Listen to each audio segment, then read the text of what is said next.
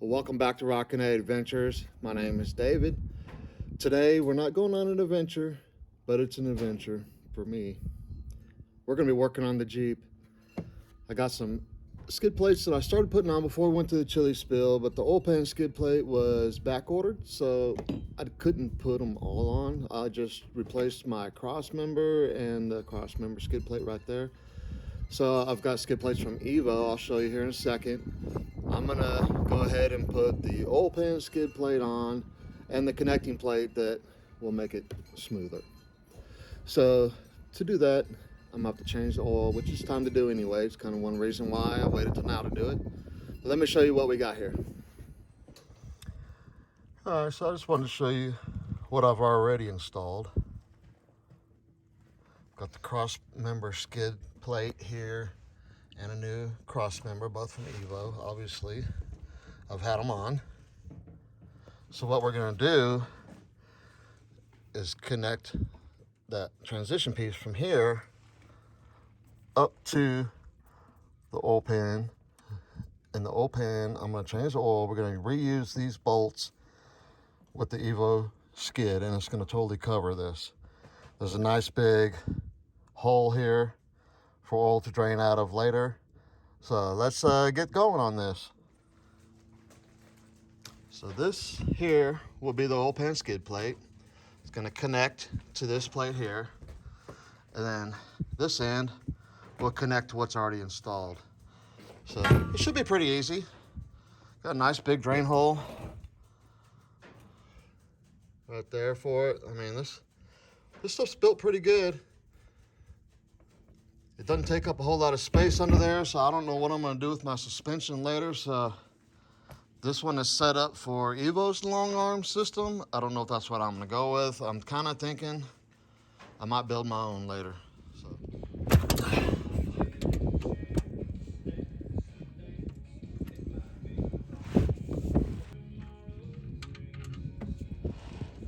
All right, so the next step is to remove the oil filter. You always want to make sure you use an impact wrench because this is on there so hard. Joking, totally joking. It's the only socket I have that fits.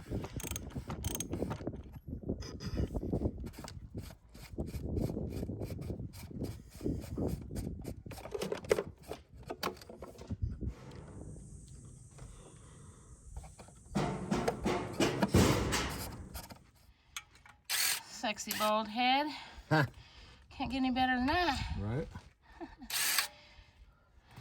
You want to leave these that have the nut instead of the whole bolt. We're going to use those at the end to set the skid plate on.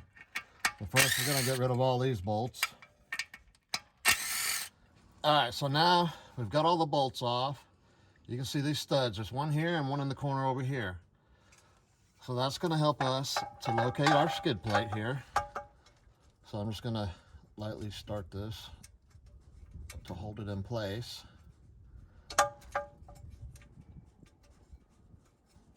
Okay. Get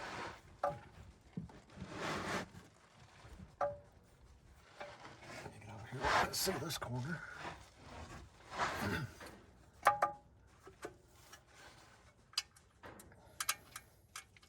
Well, this thing fits perfectly. Pretty nice. All right, put the oil pan skid plate on. Nice opening here, so we can change the oil later.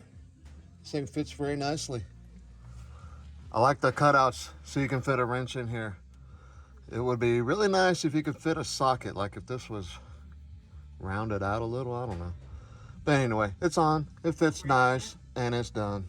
All right, so we got the oil pan skid plate on, all the bolts back in. Make sure you put oil back in it before you start it. That would be a bad day.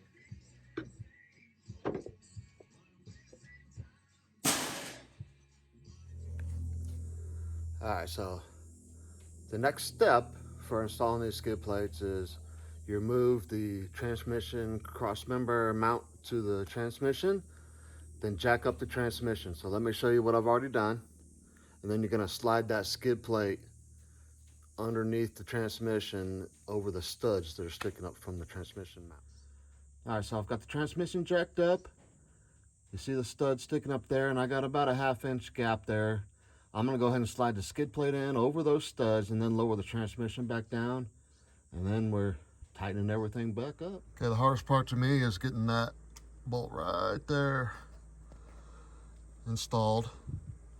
But hey, it's in. It looks nice. That'll protect my oil pan and my transmission. And then I got a new cross member here. I guess it's an exhaust skid that is set up for long arms. So I can do some kind of long arm bracket here. Next project, replacing the lower control arms in the back.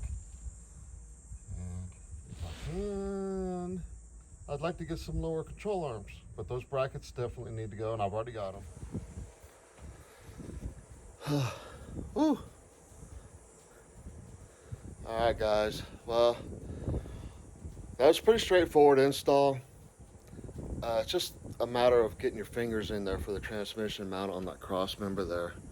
But other than that, it's just basic hand tools. Unbolt it, rebolt it back up. You need a floor jack to lift your transmission to slide that transmission skid plate between the mount and the transmission. But not hard. The stuff looks good. It fit perfect.